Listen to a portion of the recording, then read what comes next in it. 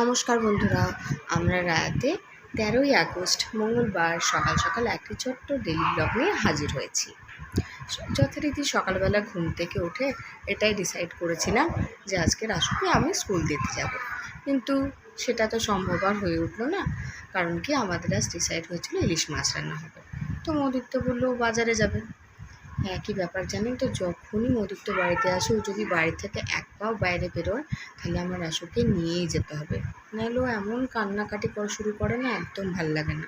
তাই মা বললো, সকাল সকাল আর বাচ্চাটাকে কাঁদাস না, যা তুইও রেডি হয়ে যা। কারণ মাছ বাজারে তো রাসুকে একা নিয়ে আর মদিত্য যেতে পারবো না। তাই আমি, রাসু আর মদিত্য সকাল সকাল রেডি হয়ে বেরিয়ে পড়লাম।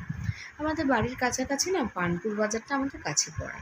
ওখানে গেলে না অনেক ভ্যারাইটিস রকমের মাছ থেকে শুরু করে সব কিছু পাবেন, ছোটো মাছ, চুনো মাছ। তো ওখানে গিয়ে আমরা যেই দোকানটাতে ভ্যারাইটিস মানে ছোটো থেকে বড় সব রকমের ইলিশ রয়েছে, সেই দোকানটাতে হাজির হলাম। এই বাজারটা যে ছোটো থেকে বড় হতে হতে না, আগে যখন ছোট ছিলাম বাবার সাথে নিশ্চয়ই যেতাম, তো যত বড় হয়েছে না, অনেক দিন হয়ে গেল এখান থেকে আমি ডিট্যাচড আর যাই না।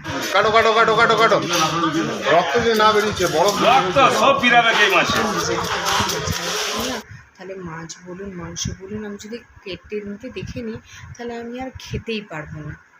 যাই হোক, যেতেই হলো ছেলের জন্য বাধ্য হয়ে। আর যখন ইলিশ মাছ নিলাম, মাছের মাথা দিয়ে কচুর শাকটা দরকার, সেটাও নিয়ে নিলাম। দেখুন কত ফ্রেশ সবজি না, অনেক দিন পর আমি গেলাম। বাড়িতে এসে দেখুন মাকে বললাম যে তুমি দেখাও তো কীরকম সাইজ। মা বললো খুব বড় বড় সাইজ কেটে দিয়েছে রে, রান্না করতে বোধহয় একটু কষ্ট হবে। কিন্তু যাই হোক, বছরে তো খুব বেশি সময় নয়, এটা তো একটা সিজনাল ফুড। তাই মা বললো ঠিকই আছে, যা কেটে এনেছিস তাই করবো। অন্যদিকে মৌদীপ তো একবারে রেডি হয়ে চলে গেল রাসুকে স্কুল দিতে। আমি ঘরে এলাম, ফ্রেশ হলাম। অন্যদিকে মায়ের স্নান পুজো হয়ে গেছে রান্নার পর। ওই যে শুরুর পাতে তেতোর জন্য করছে উচ্চকুল্লো দিদাবটি, তারপরে করবে গোটা গোটা পটলের পোস্ত। প্রথমে বললো যে গোটাই করবে, তারপরে বললো না, গোটা করলে না পটলের ভেতরগুলো যদি একটু পোকা টোকা থাকে তাহলে বোঝা যায় না। তাই হাফ হাফ করে নিয়েছে, গোটা গোটা পটল না করে হাফ হাফ করে পটলের পোস্ত হবে। পোস্তটার পরিমাণ একটু বেশি। আর এই দেখুন মা যখন বাটলো না পোস্তটা, আমি দেখলাম বেশ কিছু কিছু কাঁচা লঙ্কাও পোস্তর সাথে বেটে নিয়েছে। ব্যাস, পটল পোস্ত এদিকে হচ্ছে।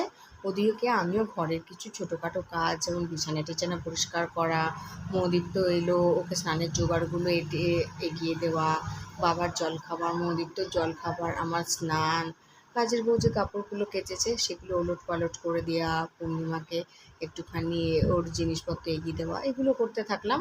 অন্যদিকে মা ইলিশ মাছটা ধুয়ে বললো অনেকটা তো পরিমাণ, তাই আজকের মতো করবে ইলিশের ভাপা, আর কালকে করবে ইলিশের কুমড়ো দিয়ে পাতলা করে ঝোল আর কচুর শাক।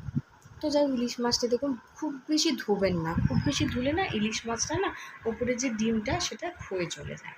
তাই হালকা করে ধুয়ে নিয়ে বেশি করে আমার সাদা সর্ষে খায়, যেহেতু কালো সর্ষেটা একটু বদ্ধজময় আমাদের, তাই সাদা সর্ষে, পোস্ত আর খুব কম পরিমাণে নারকেল দিয়েছে, বেশি দেয়নি। বেশি নারকেল দিলে না হজম হতে একটু কষ্ট হয়, তাই একটুখানি পোস্ত, নারকেল আর সাদা সর্ষে, কাঁচা লঙ্কা ভালো করে বেটে নিয়েছে। দিয়ে মাছগুলোকে দেখুন প্রত্যেকটাকে ভালো করে নুন, হলুদ আর সর্ষেটা যেন প্রত্যেকটার সাথে ভালো করে মাখা হয়, যেন একটা একটা করে মাখিয়ে নিচ্ছে। ভালো করে না মাখালে কী হবে জানেন তো, যেহেতু এটা ভাজা হবে না, তাই হতে পারে কি একটা গন্ধ থাকতে পারে। তাই ভালো করে মেখে নিয়ে একটার পর একটা এই বাটিটার মধ্যে সেট করে নিচ্ছে। সেট করে নিয়ে দেখুন ওপর থেকে একটু বেশি করে, আমি না কী করলাম, এই ব্লগটার মধ্যেই আপনাদেরকে এই ইলিশ সর্ষের রেসিপিটাও বলে দিলাম। আপনি যদি বলেন তাহলে আমি অন্যদিনে আরেকটা ছোট্ট ব্লগ করে রেসিপিটাও দিয়ে দেবো, আর তার সাথে সাথে ডেসক্রিপশন বক্সে ডিটেলসটাও বলে দেবো। তারপর দেখুন উপর থেকে 3-4টে কাঁচা লঙ্কা ফেড়ে উপর থেকে চিড়ে চিড়ে দিয়ে দিয়েছে, যদি দরকার হয় লাগবে। আর বেশ খানিকটা পরিমাণ কাঁচা সর্ষের একদম কাচ্চিঘানি অয়েল, একদম ঝাঁঝালো। যখন এই সর্ষের তেলটা এখানে দিল না, তখনই একটা কি সুন্দর স্মেল এলো। ইলিশ মাছ যখন বাড়িতে এনে ধুই, তখন থেকে শুরু করে আমি ইলিশ মাছের গন্ধটা পাই। পৃথিবীতে না খুব কম জিনিস, খুব কম খাবার এবং কম আছে যেগুলোর প্রতি আমার একটু বেশি আকর্ষণ ও ভালোবাসা। তার মধ্যে অন্যতম হলো ইলিশ মাছ। এটার জন্য না আমি সারাটা বছর মুখিয়ে থাকি। আর এই সিজনে আমাদের বাড়িতে এটা হামেশাই হয়ে থাকে। আজকে যেহেতু হলো আলাদা করে, তাই আমি দেখিয়ে দিলাম। কারণ আজকে স্পেশাল হচ্ছে আমি নিজে গিয়ে মাছটা বাজার থেকে এনেছি বলে কথা না। আমি বললাম আরও কটা লঙ্কা দিয়ে দাও, ঝালটা আমার একটু বেশিই লাগে। তারপর দেখুন গ্যাসটা জ্বালিয়ে একটা কড়াইয়ের মধ্যে জল দিয়েছে এবং তার উপর একটা গোল স্ট্যান্ড দিয়ে দিয়েছে, স্ট্যান্ড যেটার উপর আমরা খাবারগুলো রান্না করে রাখি। তারপর ওই মাখা বাটিটা সমেত রেখে ঢাকা দিয়ে ওই সিমে গ্যাসটা জ্বালিয়ে একদম হালকা করে দিয়ে একটা শিলনোড়া চাপা দিয়েছে। এবার দেখুন ফুট আওয়াজ হতে হতে ওটা রান্না হয়ে যাবে। এরপর আর কি খেতে বসার পালা, সবাই মিলে একসাথে খেতে বসবো। রাসু এসে গেছে, ও স্নান হয়ে গেছে। স্নানের পর না ওই ঠাকুরের বাটা নামানোর দায়িত্বটা পারবো, আমিও নামাচ্ছে। একটা করে বাটা নামাবে, ঠাকুরের ফুল তুলবে, জল তুলবে, ও ভালোবাসে, আমিও পছন্দ করি। আজকের ব্লগটা আপনাদের কেমন লাগলো? যদি ভালো লাগে ছোট্ট একটা লাইক, কমেন্ট, শেয়ার করে জানাবে। আমার ফেসবুকে যে পেজটা আমরা রায়া, সেখানেও একটা ফলো এবং লাইক করতে পারেন। আপনাদের যদি নতুন কিছু জানার থাকে বা কৌতূহল থাকে, কমেন্ট করে জানাবেন না। আপনাদের ছোট্ট একটা কমেন্টে না নতুন নতুন ইউটিউবার বা আমার মতো মানুষদের না একটু কনফিডেন্স বাড়ে। যদি পারেন একটা কমেন্ট করবেন। আর আমার ইউটিউবের চ্যানেলটা যেটা আছে রাসু এবং পিয়া, সেখানেও সাবস্ক্রাইব করতে পারেন। দৈনন্দিন জীবনের এখন আমার একটা অন্যতম পার্ট হয়েছে আপনাদের সঙ্গে সমস্ত গল্প শেয়ার করা। আশা করি আজকের গল্পটাও আপনাদের খুব ভালো লাগবে। আজকের মতো এখানেই। আর লাস্ট অব্দি খালি দেখি রাসু কীভাবে ঠাকুরগুলোকে, ঠাকুর তো নয় যেন খেলনা।